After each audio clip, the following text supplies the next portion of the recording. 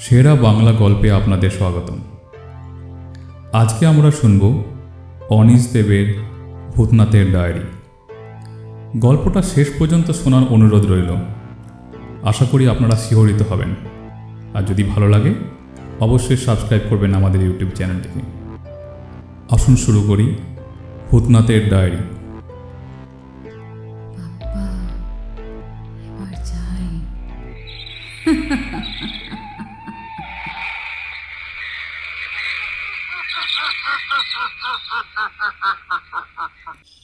আমার নাম প্রিয়নাথ জোয়ারদার। বিজ্ঞান যেখানে শেষ সেইখান থেকেই আমার কৌতূহল ও আগ্রহের শুরু। ছোটবেলা থেকেই ভূতে আমার ভীষণ ভয়। অশরীরী, অলৌকিক, ভূত, প্রেত, পিশাচ আমাকে ভীষণ ভয় পাইয়ে দিত। আত্মীয় স্বজন, বন্ধুবান্ধবের কাছে যখনই এই জাতীয় কোনো কাহিনী শুনতাম তখনই খুব ভয় পেতাম। পরে বড় হয়ে কাঠমান্ডুর এক সন্ন্যাসীর পরামর্শে আমি ভূত প্রেতের ওপর ভয় কাটানোর এক অভিনব পন্থা পাই। সেটা হলো ভূত প্রেতের খোঁজ করে বেড়ানো। সুতরাং সেই 25-26 বছর বয়স থেকেই আমার ভূত চর্চার কাজ শুরু হয়েছে। আজ এই পরিণত বয়সে এসেও সে কাজ থামেনি। এই 3 যুগ সময়ে কখন যেন আমার নাম প্রিয়নাথ থেকে বদলে হয়ে গেছে ভূতনাথ। সমবয়সী বা গুরুজনরা সামনেই ভূতনাথ বলে ডাকেন, আর ছোট যারা তারা বলে আড়ালে আড্ডালে। আমি তাতে কিছু মনে করি না, বরং বেশ মজাই পাই। প্রায় 35-36 বছর ধরে ভূত, প্রেত, অশরীরী, অলৌকিক নিয়ে আমার কম অভিজ্ঞতা হলো না। তাছাড়া ভূত প্রেতের বহু কাহিনীও আমি শুনেছি। সেই সব অভিজ্ঞতা ও কাহিনী আমি যত্ন করে লিখে রেখেছি 12টা মোটা মোটা বাঁধানো খাতায়, অনেকটা ডায়েরির মতন। মাঝে মাঝে সেই খাতাগুলোর পাতা উল্টে স্মৃতিচারণ করি।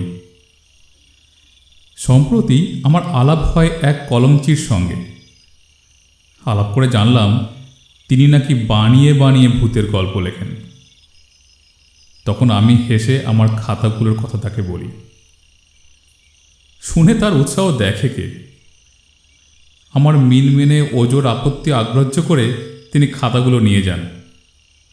যাওয়ার আগে বলে গেলেন, এই দেখুন, ডায়েরির লেখাগুলো ঘষে মেজে কল্পনার প্রলেপ দিয়ে সামান্য রদ বদল করে একে একে আমি লিখব। আপনার কিন্তু কোনো আপত্তি আমি শুনব না।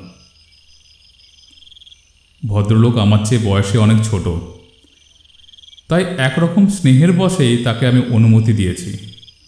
আমার ডায়েরির পৃষ্ঠায় কাহিনীগুলো বন্দি না থেকে সকলের সামনে প্রকাশ করলে ক্ষতি কী? এতক্ষণে নিশ্চয়ই আপনারা বুঝতে পেরেছেন যে আমাদের গল্পের প্লট কোন দিকে যাচ্ছে। ঠিকই বুঝেছেন।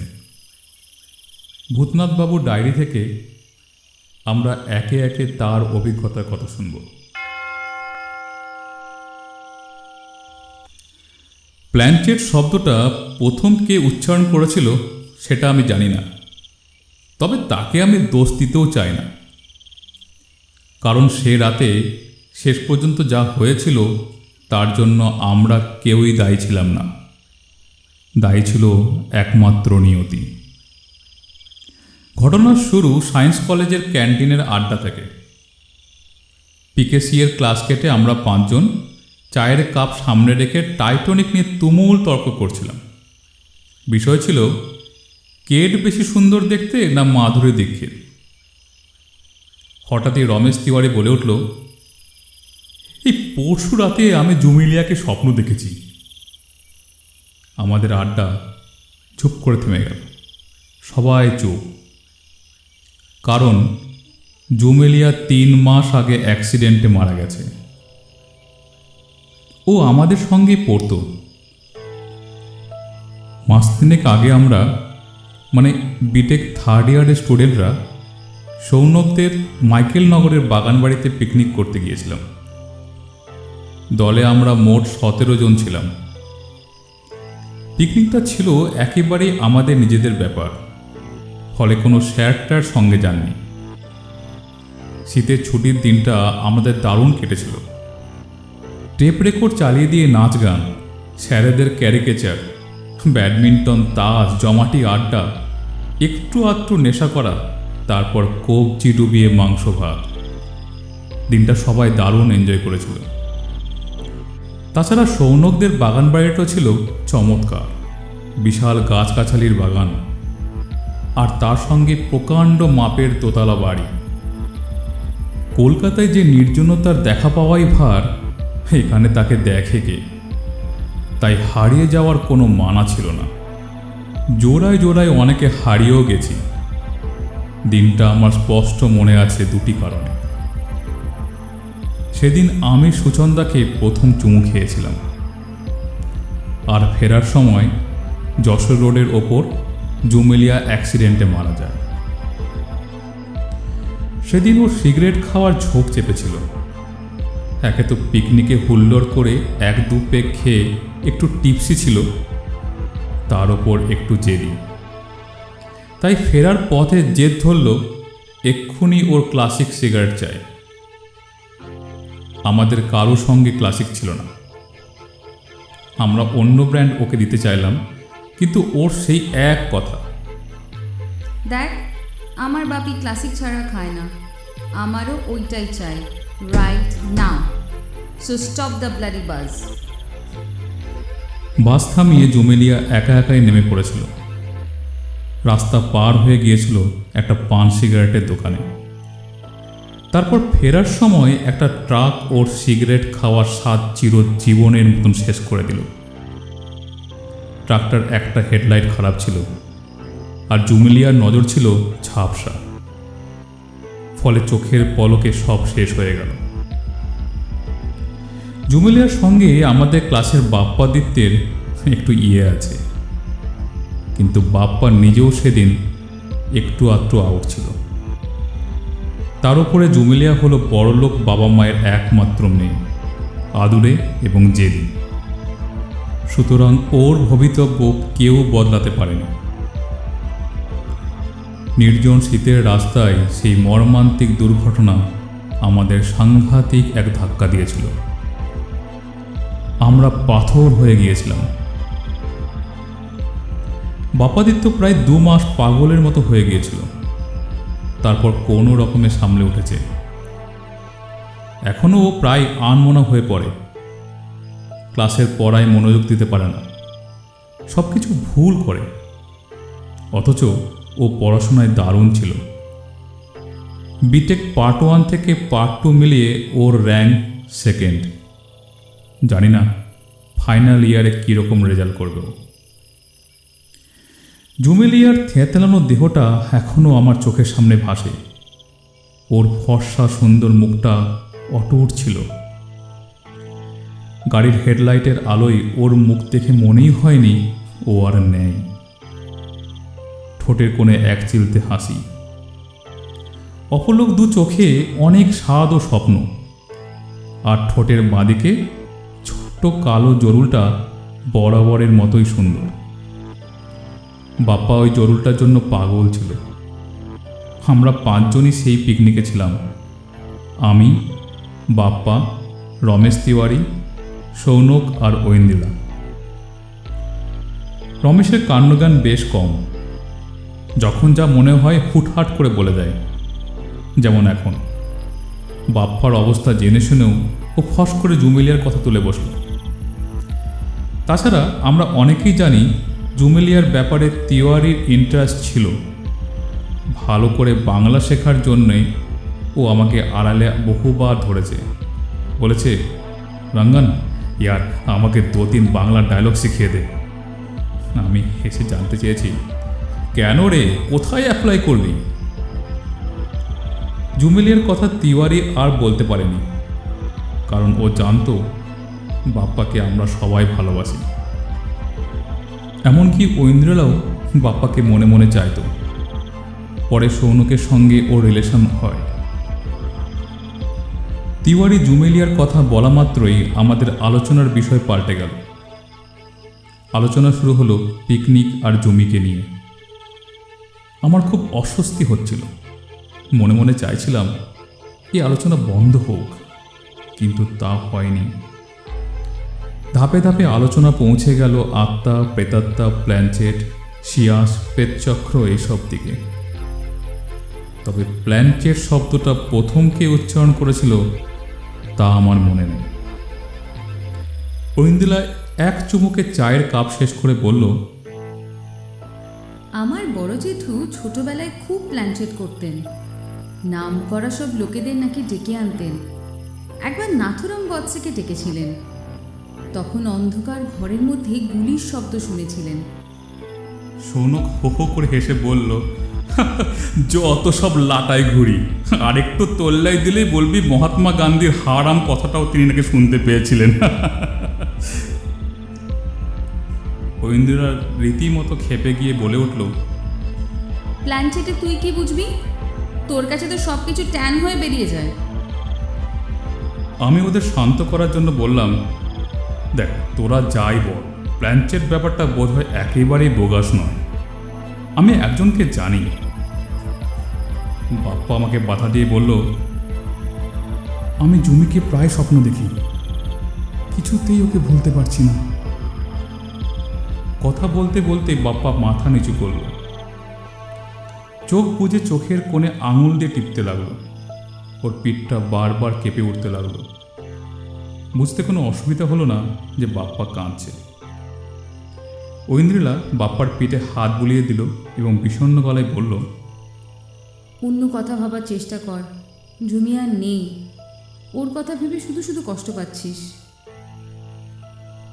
আমি আর সৌনক বাপ্পাকে বোঝাতে লাগলাম, ওর মনটা বড্ড নরম আর সাদাসিধে, ঠিক কচি কলা পাতার মতো, অল্পতেই আঁচড় পড়ে যায়। অনেকক্ষণ পর বাপ্পা নিজেকে সামলে নিয়ে ভারী গলায় বলল, আমার কপালটাই খারাপ বুঝলি, জমিকে যদি একটিবার দেখতে পেতাম। সৌনক আনমনা হয়ে কি যেন ভাবছিল। হঠাৎই ক্যান্টিনের বেঞ্চি ছেড়ে উঠে এলো বাপ্পা খুব কাছে। তারপর সিরিয়াস গলায় বলল, তোকে একটা কথা জিজ্ঞেস করব।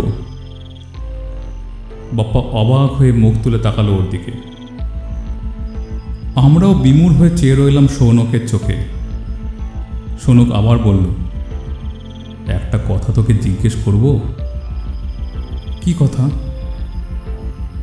জুমিলিয়াকে একবার দেখতে পেলে তো স্বাদ মিটবে? বাপ্পা অস্বাভাবিক ঝটকায় মাথা ঝাঁকিয়ে বলল, হ্যাঁ হ্যাঁ। রমেশ এতক্ষণ গোবেচারা ভাবে ওর মুখের দিকে তাকাচ্ছিল। এইবার বলে উঠল, ক্যাসে দেখা যাবে? আমি আর ঐন্দ্রিলাও মুখে চোখে একই প্রশ্ন ফুটিয়ে চেয়ে রইলাম সৌনকের দিকে। সৌনক বাপ্পাকে আড়াল করে ঐন্দ্রিলার দিকে তাকিয়ে ষড়যন্ত্রের হাসি হাসল। তারপর বলল, আমরা 5 জন মিলে প্ল্যানচেটে বসব। ঐন্দ্রিলা মিডিয়াম হবে। জুমিলিয়ার সঙ্গে ওর ভালো রকম দোস্তি ছিল, সুতরাং আমার বিশ্বাস প্ল্যানচেটে জুমিলিয়ার দেখা দেবে। আমি কেমন যেন হতভম্ব হয়ে গেলাম। একটু আগে যে পেটচক্র নিয়ে ঐন্দ্রিলাকে ঠাট্টা তামাশা করে নাজেহাল করছিল, সে হঠাৎ সিরিয়াসলি পেটচক্রের কথা ভাবছে। আর শুধু তাই নয়, জুমিলিয়াদের দেখা দেবে সে কথাও প্রায় নিশ্চিতভাবে বলছে। আমি ইতস্তত করে বললাম, আমি ওতে নেই ভাই, প্ল্যানচেটের ব্যাপারে আমার ফান্ডা নেই। তিওয়ারি বলল, রঙ্গন তুই বেকার ঘাবড়াচ্ছিস, ভূতে আমার জবরদস্ত ফান্ডা আছে।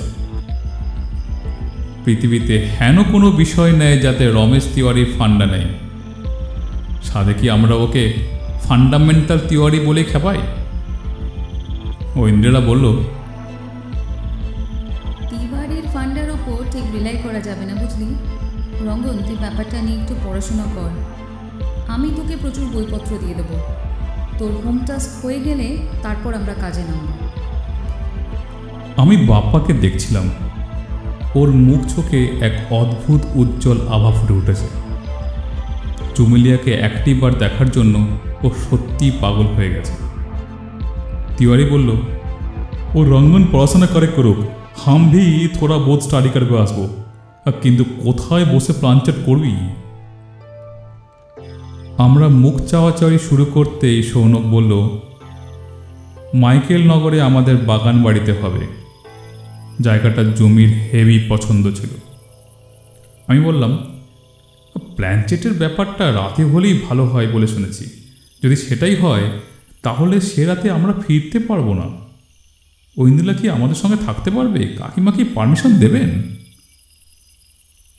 সৌনক একটু অন্যরকম করে হেসে বলল, দেখ ভাই, যখন আমি আছি তখন পারমিশন পাওয়া যাবে।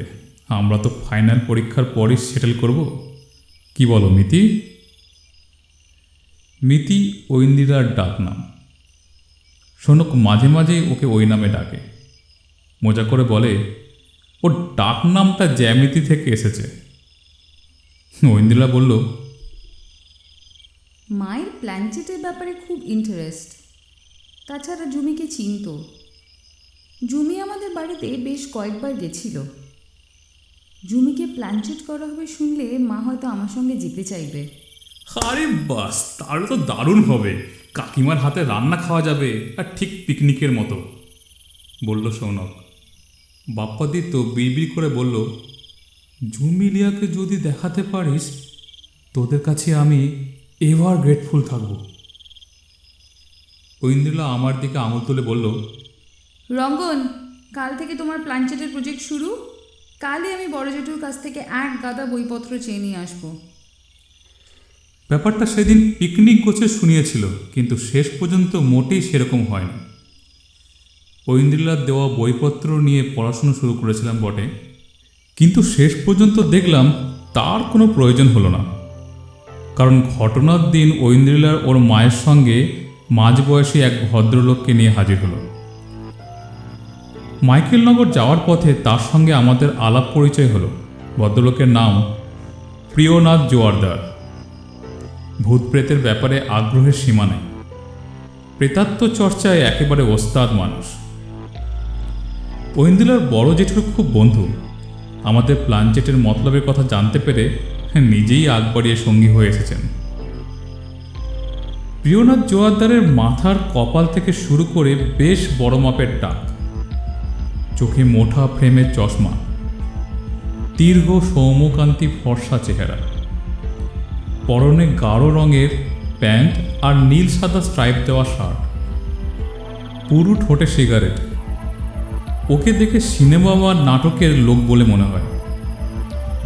ভূতপ্রেতের সঙ্গে ওর যে কোনো রকম সম্পর্ক থাকতে পারে তা অনুমান করা একেবারে অসম্ভব।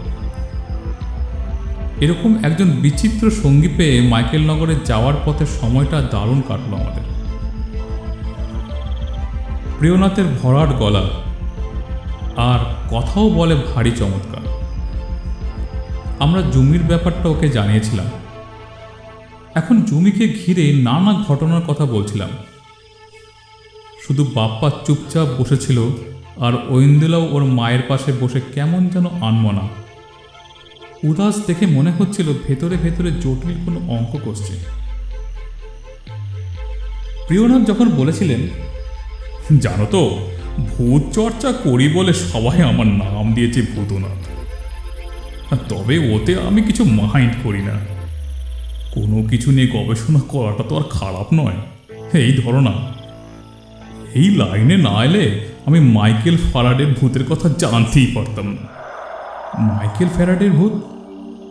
তিওয়ারিয়ার আমি অবাক হয়ে বললাম।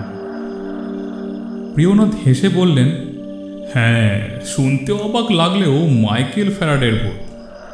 ব্যাপারটা প্রথম রিপোর্টেড হয় 1962। রিপোর্ট করেছিলেন লন্ডনের ইম্পেরিয়াল কলেজের হেভি ইলেকট্রিক্যাল ইঞ্জিনিয়ারিংয়ের এক অধ্যাপক, ডক্টর এরিক লেথওয়েট। লন্ডনের রয়্যাল ইনস্টিটিউশনে তিনি বক্তৃতা দিতে গিয়েছিলেন।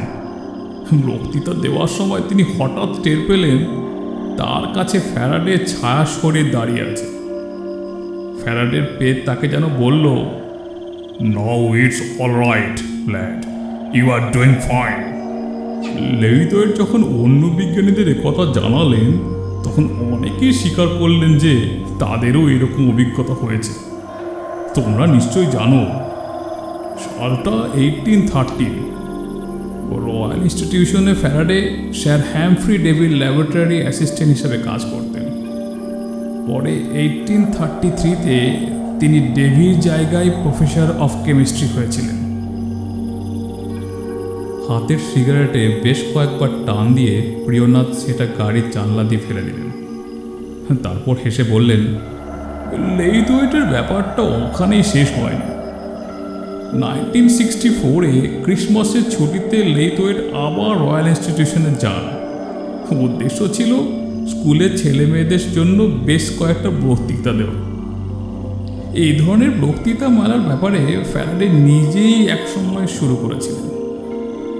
তো বক্তৃতার মাঝে একদিন লেইথওয়েট দর্শকদের সামনে একটা পরীক্ষা সরাসরি করে দেখাতে চাইলেন। দুটো তারের কয়েল নিয়ে একটা ইলেকট্রিক্যাল এক্সপেরিমেন্টটা ঠিকঠাক হলে কয়েলে কারেন্ট পাঠানো মাত্রই একটা প্লেট থেকে একটা বল ছিটকে লাফিয়ে উঠবে, আর যদি ঠিক সময়ে কারেন্ট পাঠানো না হয় তাহলে বলটা প্লেটের উপর শুধু এপাশ ওপাশ ঠক ঠক করে কাঁপবে, লাফিয়ে উঠবে না। তো লেইথওয়েট দুবার পরীক্ষা করার চেষ্টা করলেন, কিন্তু সাকসেসফুল হলেন না। এটা কোনো অস্বাভাবিক ব্যাপার না, কারণ লেইথওয়েট অঙ্ক কষে দেখেছিলেন এক্সপেরিমেন্টটা 696 বার চেষ্টা করলে একবার মাত্র সফল হওয়া সম্ভব। সুতরাং তিনি আবার এক্সপেরিমেন্টের জন্য তোড়জোড় শুরু করলেন। ঠিক তখনই একটা বিচিত্র ঘটনা ঘটল। লেইথওয়েটের কানে কি যেন ফিসফিস করে বলল, তৃতীয়বারে এক্সপেরিমেন্টটা সাকসেসফুল হবে। ইচ্ছে করলে লেইথওয়েট আগে ভাগে সেটা দর্শকদের জানিয়ে দিতে পারেন।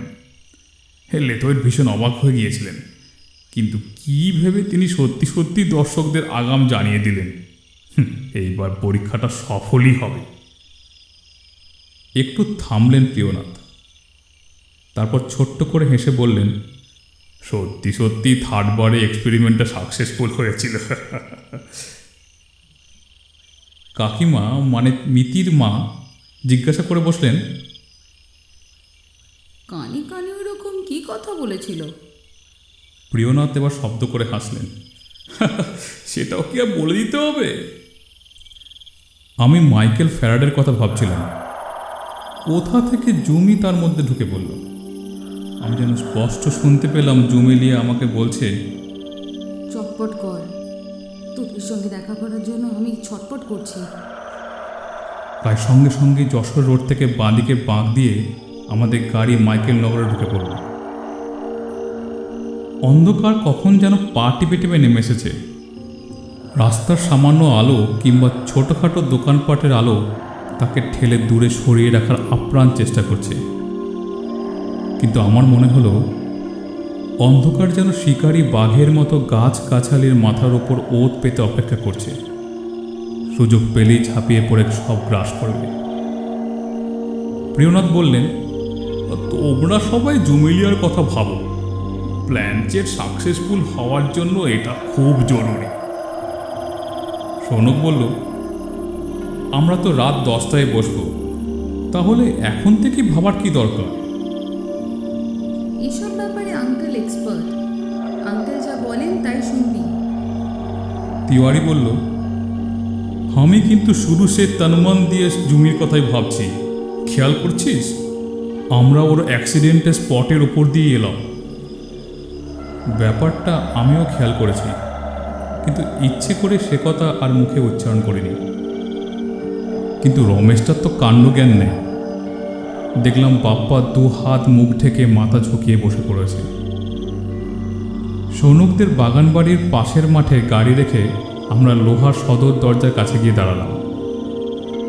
সৌনকের ডাকে বাগানবাড়ির কেয়ারটেকার মতিলাল এসে তালা খুলে দিল।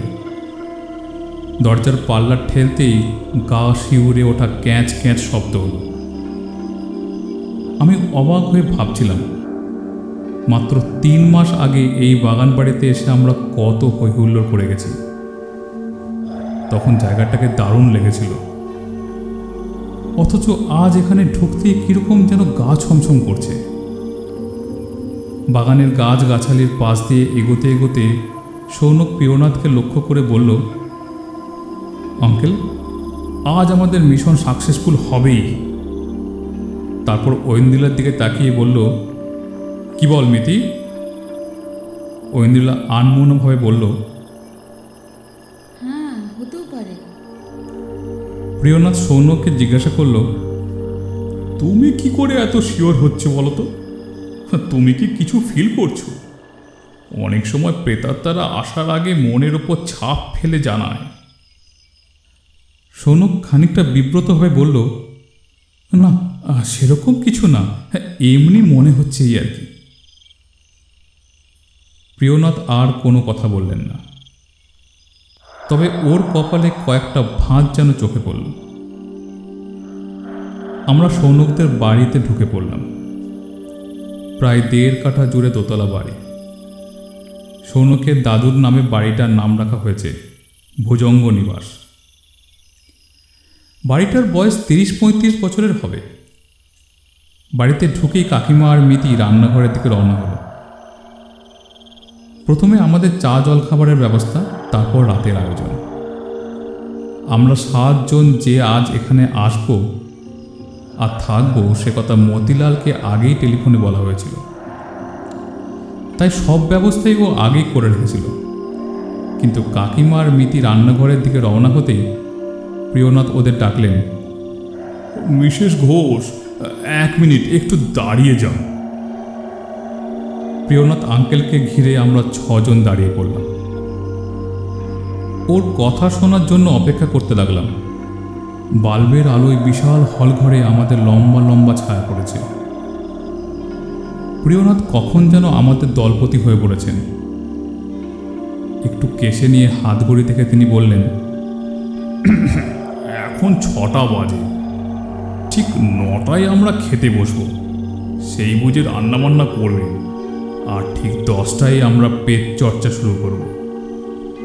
এছাড়া আর একটা কথা, এখন থেকে প্রতিটি মুহূর্ত আমরা জুমেলিয়ার কথাই ভাবব, ওকে নিয়েই আলোচনা করব। তাহলে ও বুঝতে পারবে ওকে আমরা আমন্ত্রণ জানাচ্ছি। আমি আগে গোটা বাড়িটা একটু ঘুরে দেখে নিই, তারপর ঠিক করব কোন ঘরে বসলে আমাদের কাজের সুবিধা হবে। হ্যাঁ, ব্যাস, এবার আপনারা রান্নাঘরে যেতে পারেন। তবে সময়টা মনে রাখবেন, রাত ঠিক 10টায় কাঁটায় কাঁটায়। কাকিমা আর মিতি চলে যেতেই প্রিয়নাথ আমাদের বললেন, তোমরা বাড়িটায় ঘুরে ফিরে বেড়াতে পারো, বই টই পড়তে পারো, এ ঘরে টিভি দেখতে পারো, শুধু বাড়ির বাইরে কোথাও যাবে না, এমনকি বাগানেও না। আর শোনো, তুমি আমার সঙ্গে একটু থাকো, আমাকে একটু হেল্প করো। প্রিয়নাথ সঙ্গে করে মাঝারি মাপের একটা ব্রিফকেস নিয়ে এসেছিলেন। সেটা দেখে মিতি কি জিজ্ঞেস করতে তিনি হেসে বললেন, ওতে ভূত নামানো সরঞ্জাম আছে, আমারও অনেক সময় ভূত তাড়ানোর জিনিসপত্রও থাকে। ব্রিফকেসটা হলঘরের একপাশে রাখা ছিল। সেটা হাতে নিয়ে প্রিয়নাথ সৌনকের সঙ্গে বাড়ি পরিদর্শনে কাজে বলেন। ঠিক তখনই এরোপ্লেনের শব্দ শুনতে পেলাম।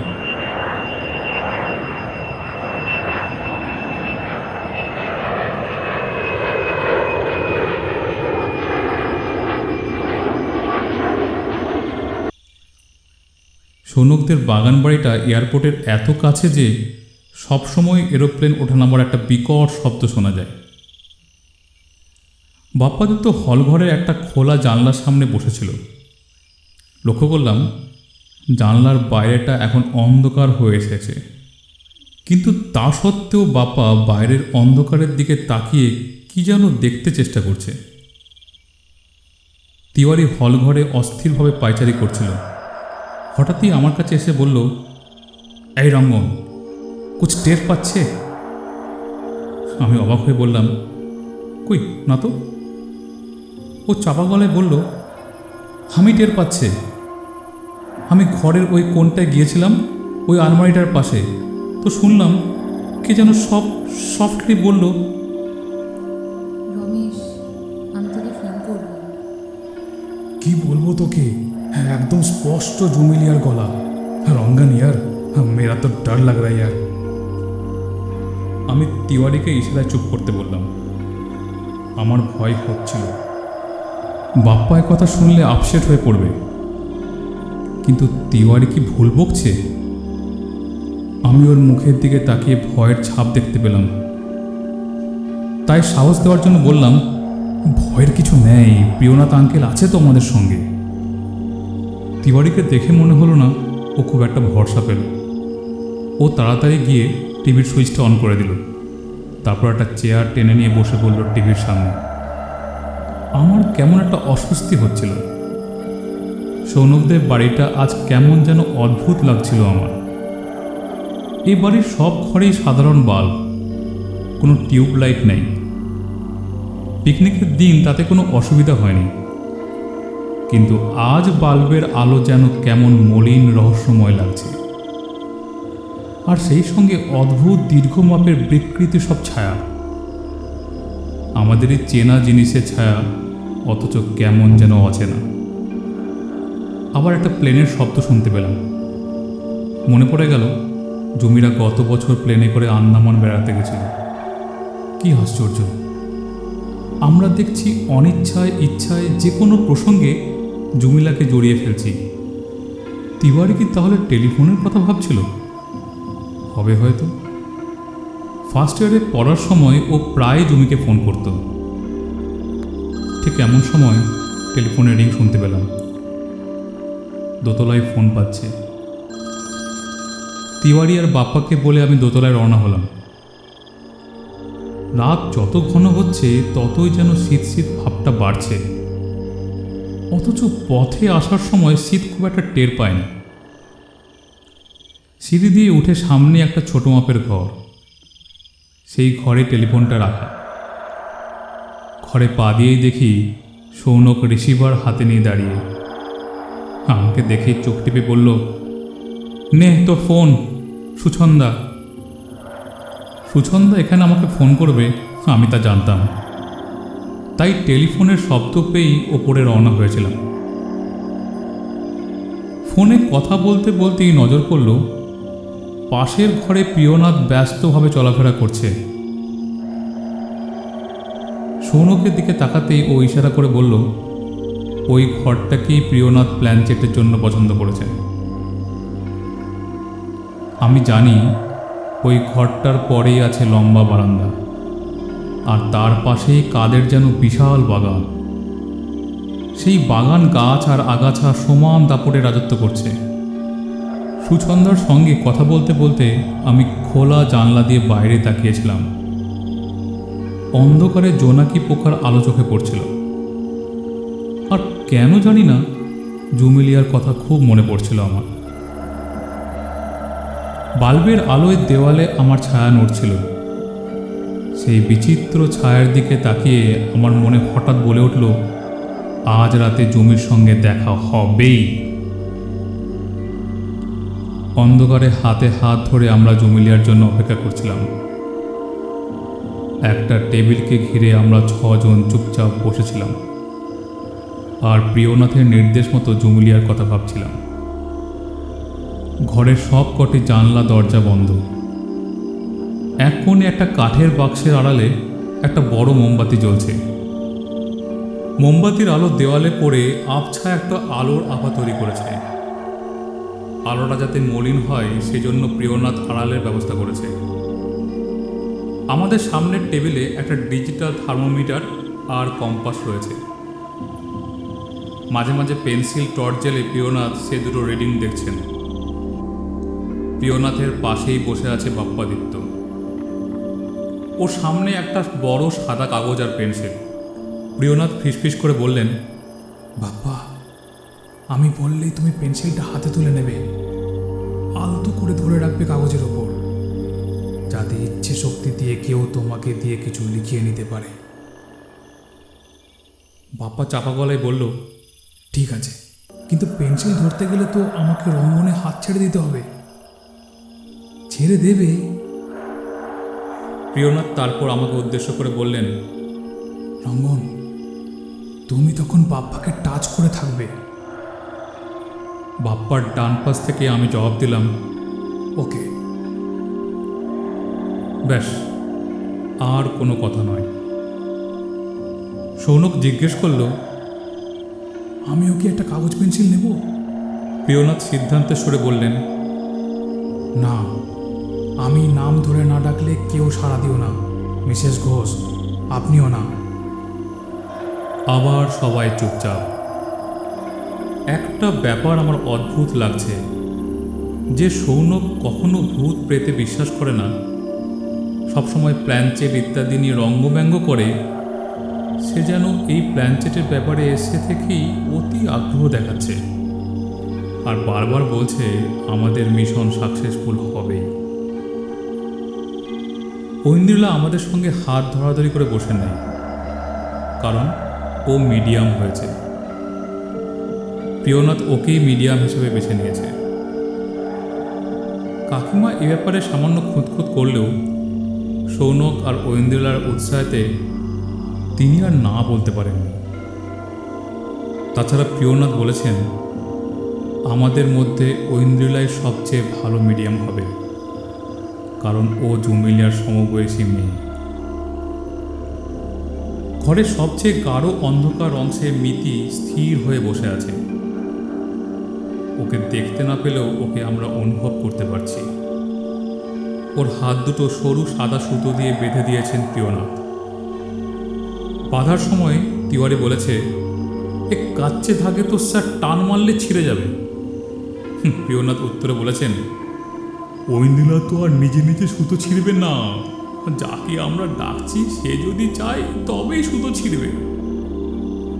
আমরা চুপচাপ অপেক্ষা করতে লাগলাম। শুধু আমাদের শ্বাস প্রশ্বাসের শব্দ শোনা গেল মাত্র, আর মাঝে মাঝে এরোপ্লেনের শব্দ। তবে বুকের ভেতর একটা ঢিপ ঢিপ শব্দ যেন টের পাচ্ছে। হঠাৎই জোরে শ্বাস ফেলার মতো ফোঁস করে একটা শব্দ এলো, আর তারপরেই আমাদের টেবিলটা সামান্য নড়ে উঠল। প্রিয়নাথ সঙ্গে সঙ্গে পেন্সিলের টর্চ জেলে কম্পাস ও থার্মোমিটার দেখলেন। আমিও সেদিকে চোখ রাখলাম। কম্পাসের কাঁটা উত্তর দিকে মুখ করে স্থির হয়ে আছে, আর থার্মোমিটারের উষ্ণতা 19.5 ডিগ্রি। পেটচক্রে বসার আগে যা ছিল প্রায় তা। প্রিয়নাথ জোয়ার ধরে বলেছিলেন, কোনো প্রেতাত্মার উপস্থিতিতে কম্পাসের কাঁটা যে কোনো দিকে মুখ করে অস্থিরভাবে ছটফট করতে থাকে।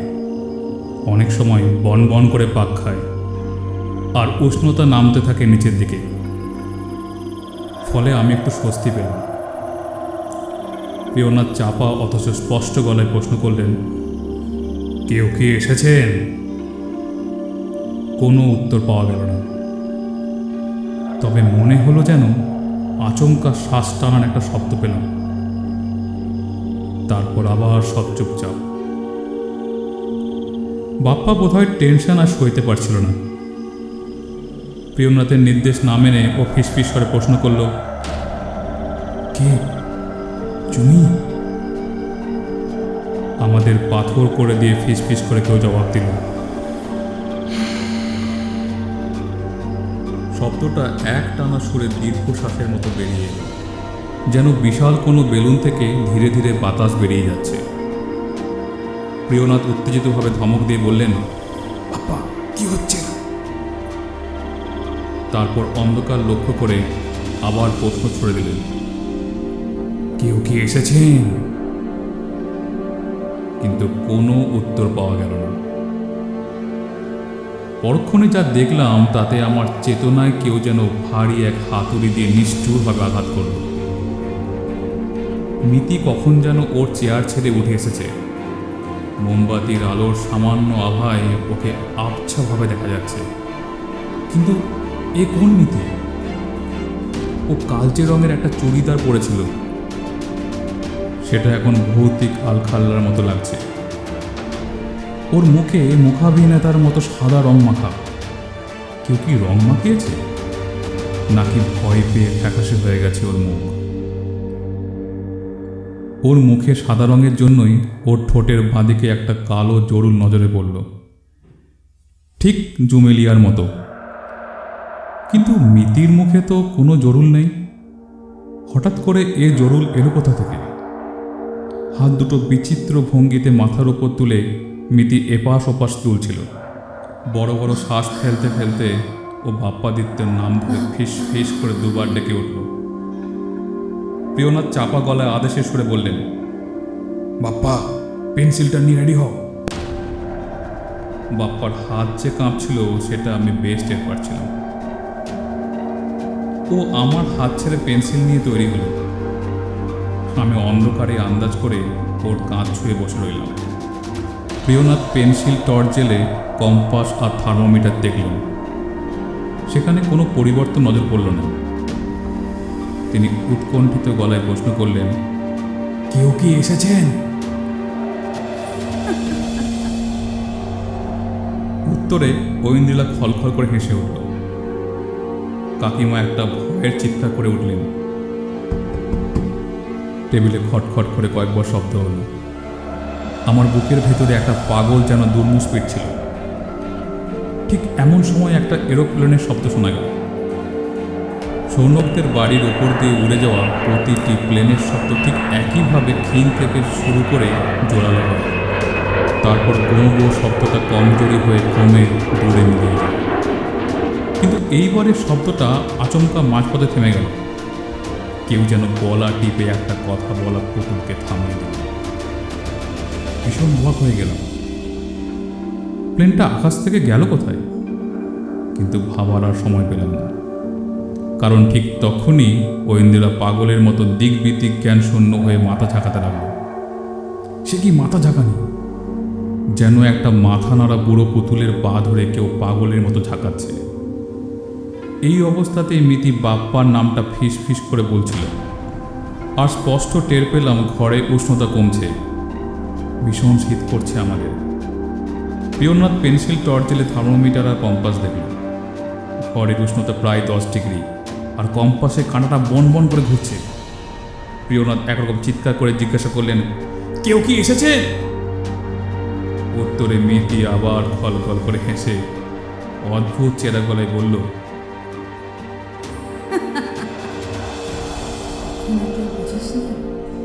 পাশের ঘরের টেলিফোনটা হঠাৎই পাগলা ঘন্টির মতো বাজতে শুরু করলো। এরকম দ্রুত লয়ে কখনো আমি টেলিফোন বাজতে শুনিনি। একটা জানলা দরাম করে খুলে গেল। ঠান্ডা বাতাস সাপের মতো পাখি ঘরে ঢুকে পড়ল। তারপর প্রলয় নৃত্য নাচতে লাগলো। আমাদের অবাক করে দিয়ে বাতাসের সঙ্গে সঙ্গে ঢুকে পড়ল অসংখ্য জোনাকি, লক্ষ লক্ষ কোটি কোটি জনকে। অন্ধকার ঘরে আগুনের ফুলকি হয়ে ওরা ঝাঁক বেঁধে ভেসে বেড়াতে লাগলো।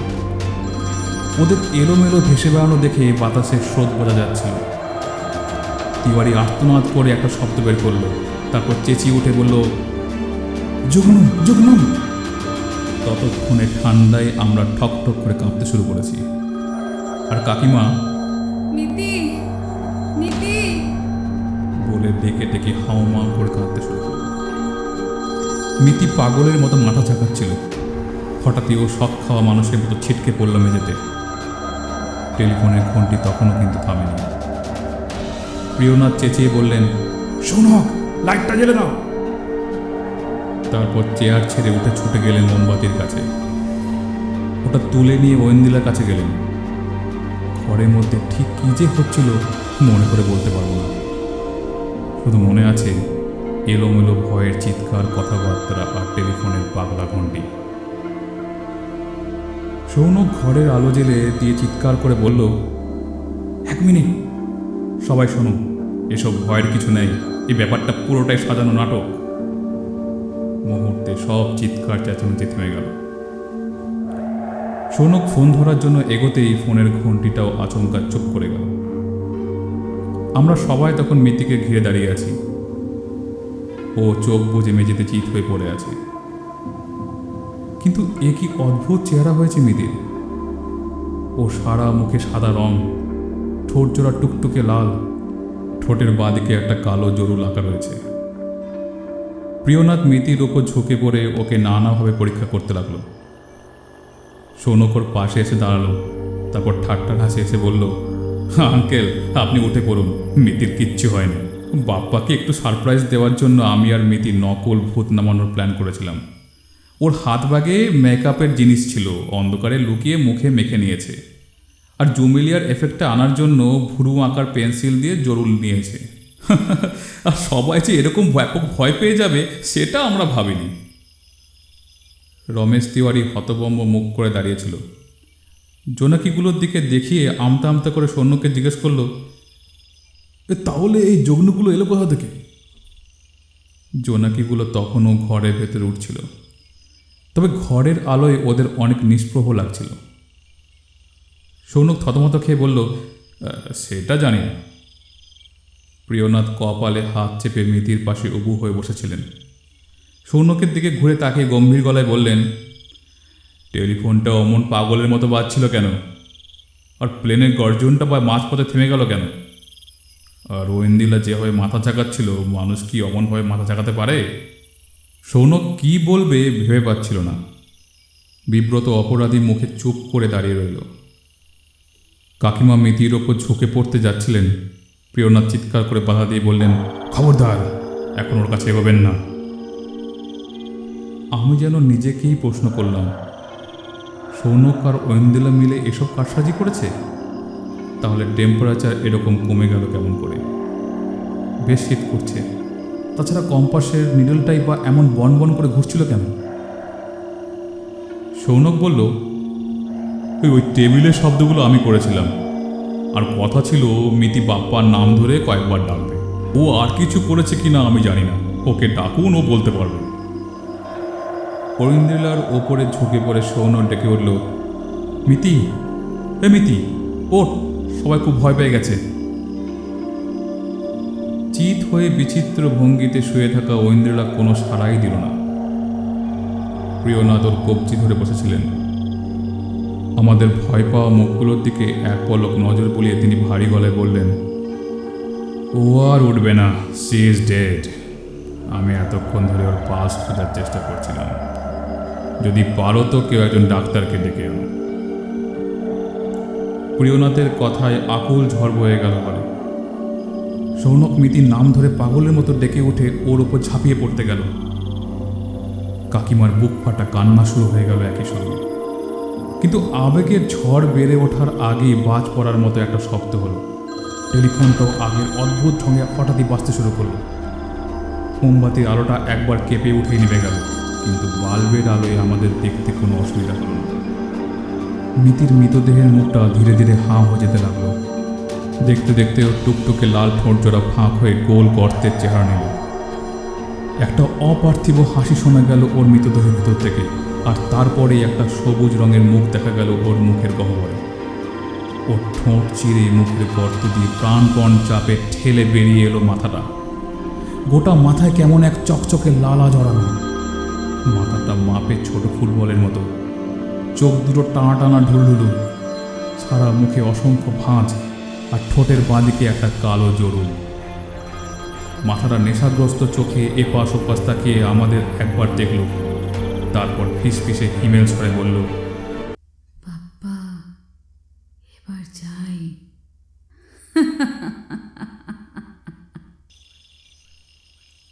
প্রিয়নাথ এক লাফে ছিটকে চলে গেলেন ওর ব্রিফকেসের কাছে, কিন্তু তার বেশি কিছু করার আগেই ঐন্দ্রিলার মৃতদেহ আচমকা চোখ খুলে তাকালো এবং একটা ফট শব্দ করে বাল্বটা কেটে গেল। ঘরের মধ্যে ভয়ার্ত চিৎকারে ঝড় উঠল আবার। আরও দুটো জানলা দরাম করে খুলে গেল। জানলার পাল্লাগুলো দেওয়ালে এলো পাতারি বাড়ি দিতে লাগলো, আর অসংখ্য জোনাকি স্রোত ঘরে হাউসবাজির মতো পা খেয়ে মাথায় খুঁড়ে মরতে লাগলো। আমাদের ভীষণ শীত করছিল। ভয়ে আর ঠান্ডায় আমরা সকলে ঠকঠক করে কাঁপছিলাম। অন্ধকারে নজর চলছিল না, কিন্তু তারই মধ্যে দেখলাম একরাশ কালো ধোঁয়া ঘরের আধার থেকে ভেসে উঠে জানলা দিয়ে বাইরে বেরিয়ে যাচ্ছে, আর জোনাকিগুলো যেন এক পৈশাচিক উল্লাসে ঘরের বাতাসে মাতালের মতো নাচছে নাচছে আর নাচছে। তারই মধ্যে কাকিমার সর্বহারা মর্মান্তিক কান্না আমার কানে আসছিল। আমরা সবাই অসহায়ের মতন অন্ধকারে দাঁড়িয়ে রইলাম।